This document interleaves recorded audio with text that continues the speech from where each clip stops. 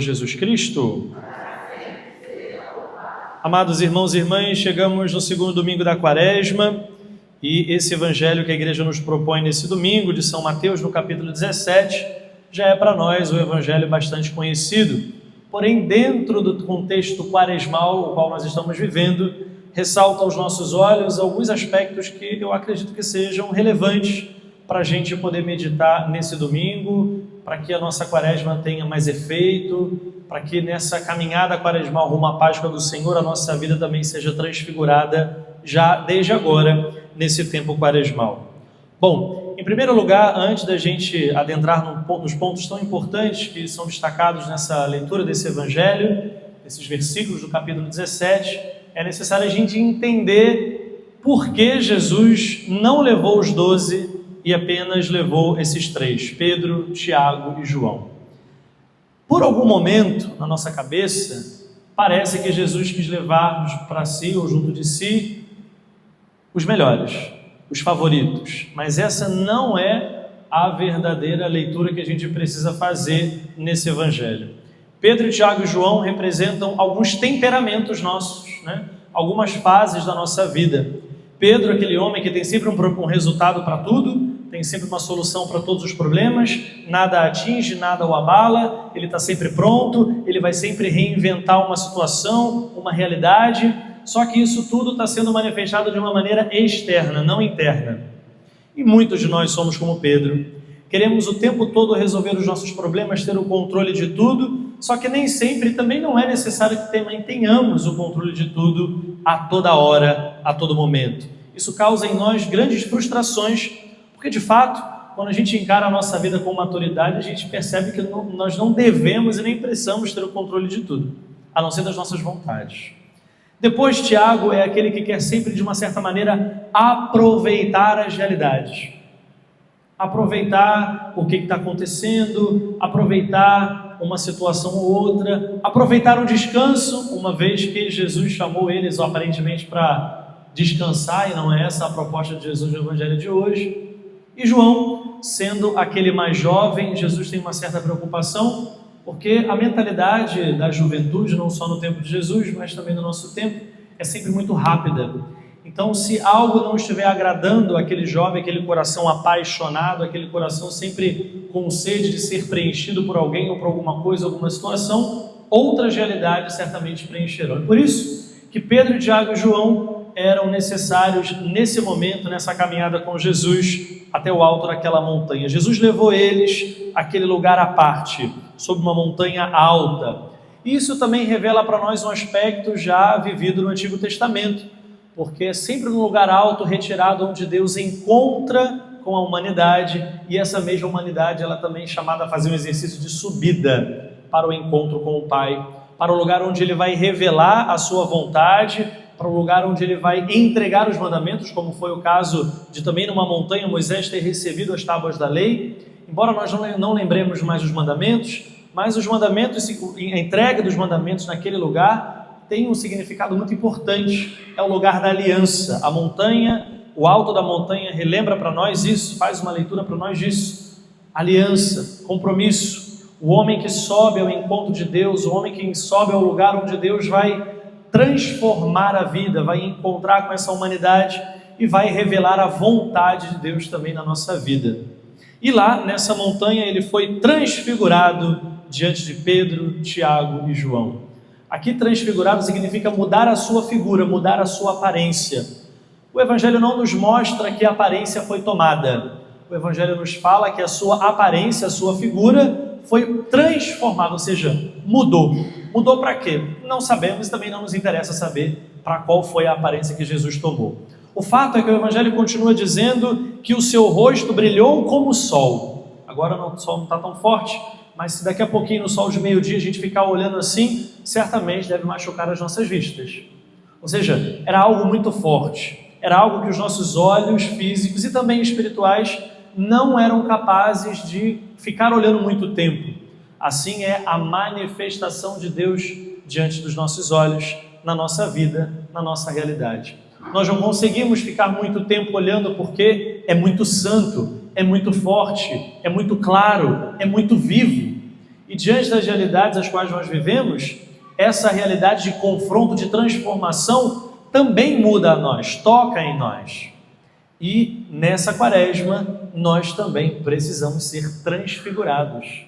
E aqui a transfiguração, a mudança da nossa figura, do nosso ser, não é para uma figura que nos agrade esteticamente, fisicamente, mas a gente precisa ser transfigurados à vontade de Deus. Aquilo que Deus quer para nós, aquilo que Deus tem para nós. E dói. O tempo da quaresma, que provoca essa transfiguração em nós, dói. Dói porque a gente não quer mudar. Dói porque a gente não quer ver uma outra realidade. A gente quer viver, muitas vezes, naquilo que é agradável, naquilo que é bom. E, de fato, levando em consideração a gente olhar de um outro ângulo, não daquele que está sendo transfigurado, mas daqueles que estão assistindo à transfiguração, vendo a transfiguração, é uma imagem muito forte. Do mesmo modo, nós também não conseguimos olhar muito tempo para o sol, não conseguimos ser constantes nos nossos exercícios quaresmais, não conseguimos ser constantes à lei, à promessa, não conseguimos ser constantes aos nossos propósitos dentro da nossa quaresma. As suas roupas também ficaram brancas como a luz. Aqui fica muito forte, muito evidente aquele aspecto batismal. Todos nós, sendo batizados, somos sepultados com Cristo no batismo.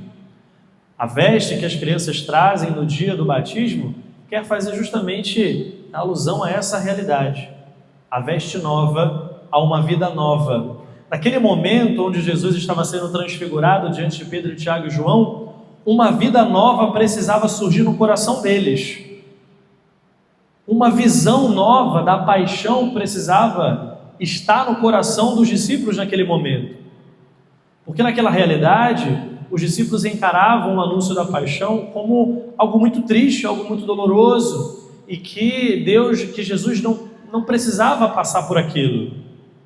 Só que essa é uma tentação nossa, querer as coisas muito imediatas, querer as coisas muito fáceis, ou que as coisas ruins da nossa vida passem com muita rapidez, sem deixar sentido. Essa é uma tentação nossa do nosso tempo.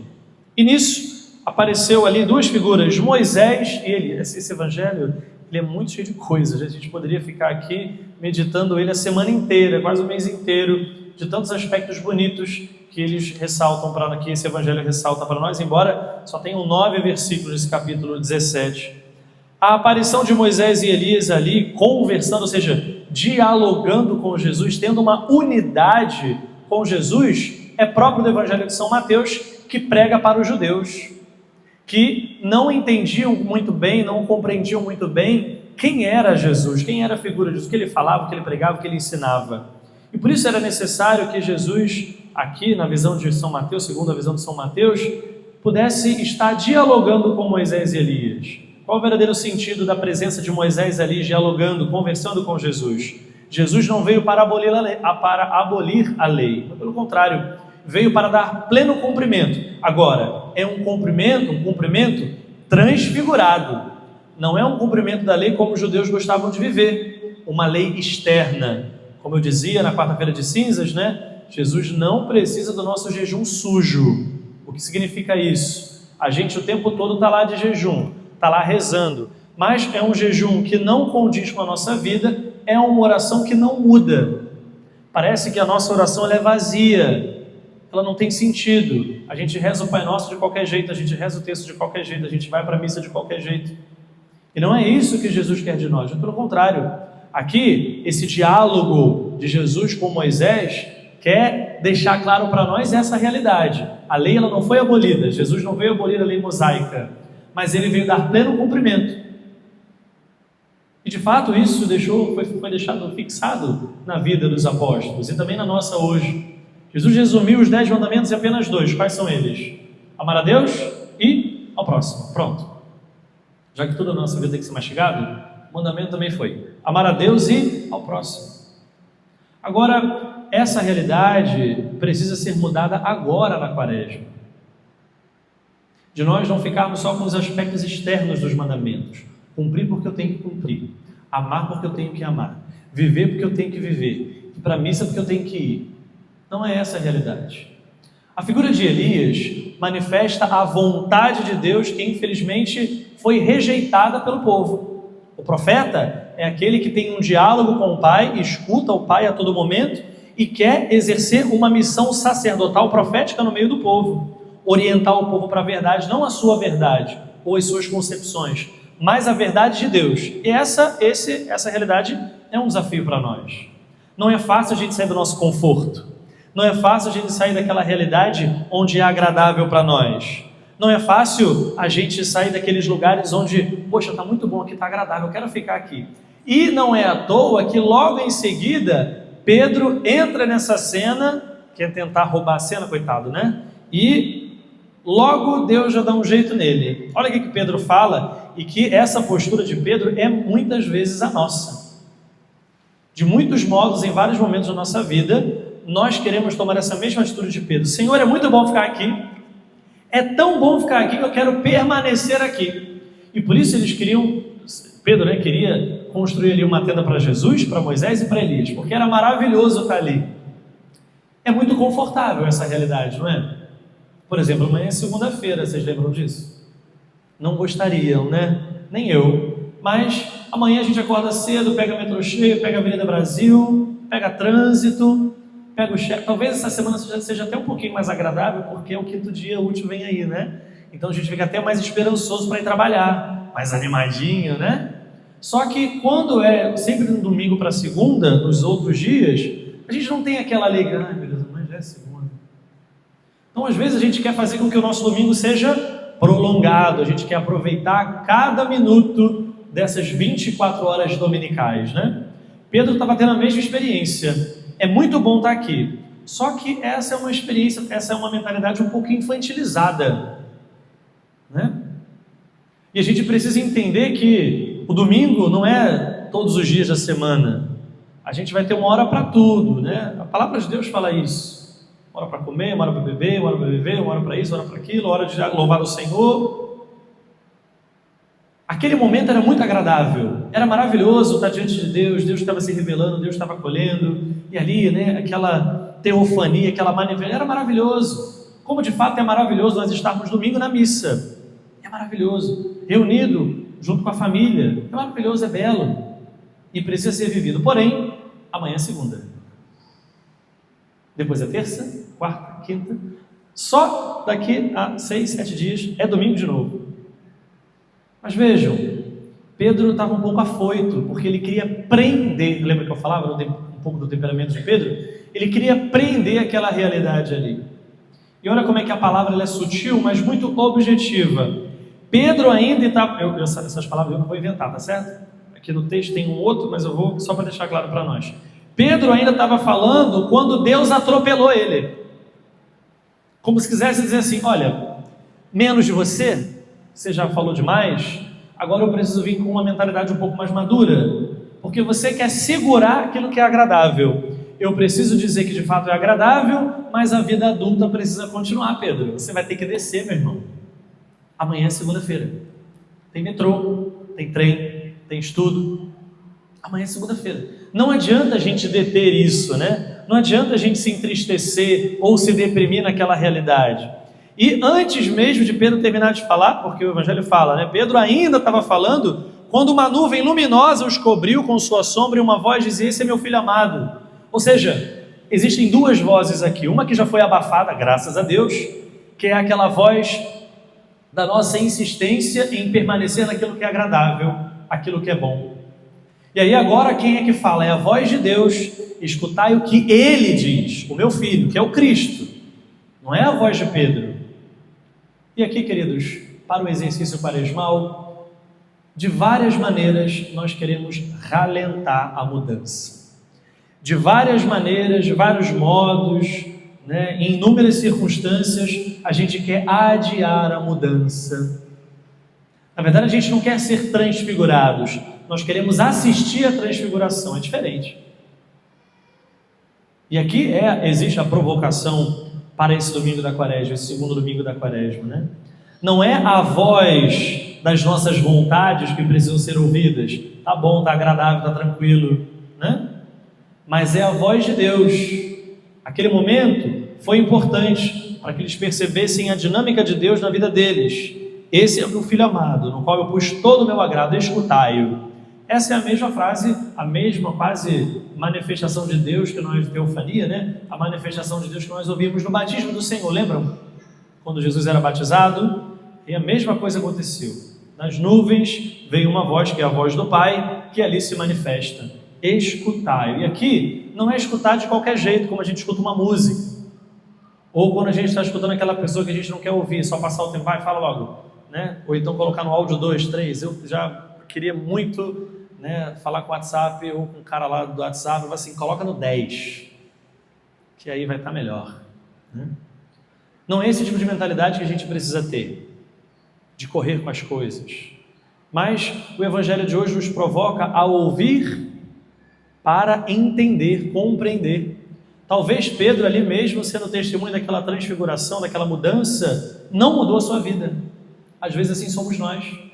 Estamos num lugar sagrado, na montanha, na igreja, o lugar onde também nós somos transfigurados, principalmente porque comungamos da Eucaristia, ouvimos a palavra, somos alimentados pela igreja, pela fé da igreja, que nos é ensinada a cada domingo. Vejam, quando os discípulos ouviram isso, os discípulos ficaram com muito medo, assustados, e por isso eles caíram com o rosto no chão. Aqui está a humilhação que é necessária na nossa vida. Hoje a gente não fala mais disso. Reconhecendo Deus quem fala. Os nossos rostos precisam estar mais voltados para a terra muitas vezes. E aqui não é uma humilhação por humilhar, mas é porque ela tem um sentido. É perceber que nós, isso lembra da quarta-feira de cinzas? Lembra-te de que és pó e ao pó hás de voltar. Esse segundo domingo da quaresma lembra a gente isso. Fica pertinho do pó. Diante da grandiosidade de Deus, diante do poder de Deus, né, daquilo que Ele faz na nossa vida. E aí é necessário que não haja mais um movimento da humanidade, mas é o próprio Deus que se movimenta. É o Cristo que se aproxima deles e toca. O Cristo que se aproxima de nós também nas nossas humilhações. Não adianta a gente fazer o show como o Pedro quis fazer. É muito bom estar aqui, eu vou construir, eu vou resolver. Que é bom estar aqui, eu quero fazer durar. Não é esse o propósito. Jesus já falou assim, olha, levanta, é bom estar aqui, mas a gente vai ter que descer, porque amanhã é segunda-feira. Agora, a gente pode viver todos os dias da nossa semana, dessa nossa semana e das outras também, transfigurados. Que nós possamos ter hoje, queridos, essa mesma experiência dos discípulos. É necessário que o nosso rosto esteja em terra. Muitas vezes. Não é ficar olhando para baixo o tempo todo, mas o tempo da quaresma provoca em nós isso. Diante dessa manifestação de Deus, diante da voz de Deus, diante do querer de Deus, nós precisamos cair com os nossos rostos em terra.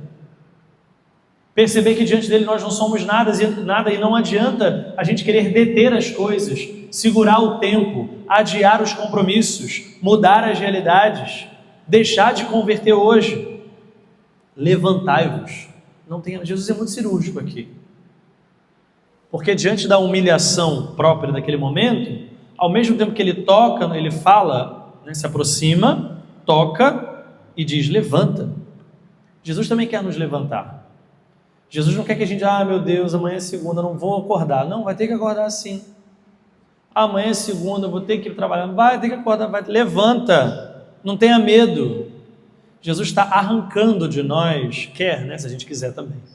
Jesus quer arrancar de nós esse medo, esse espírito de procrastinação espiritual que a gente tem muitas vezes.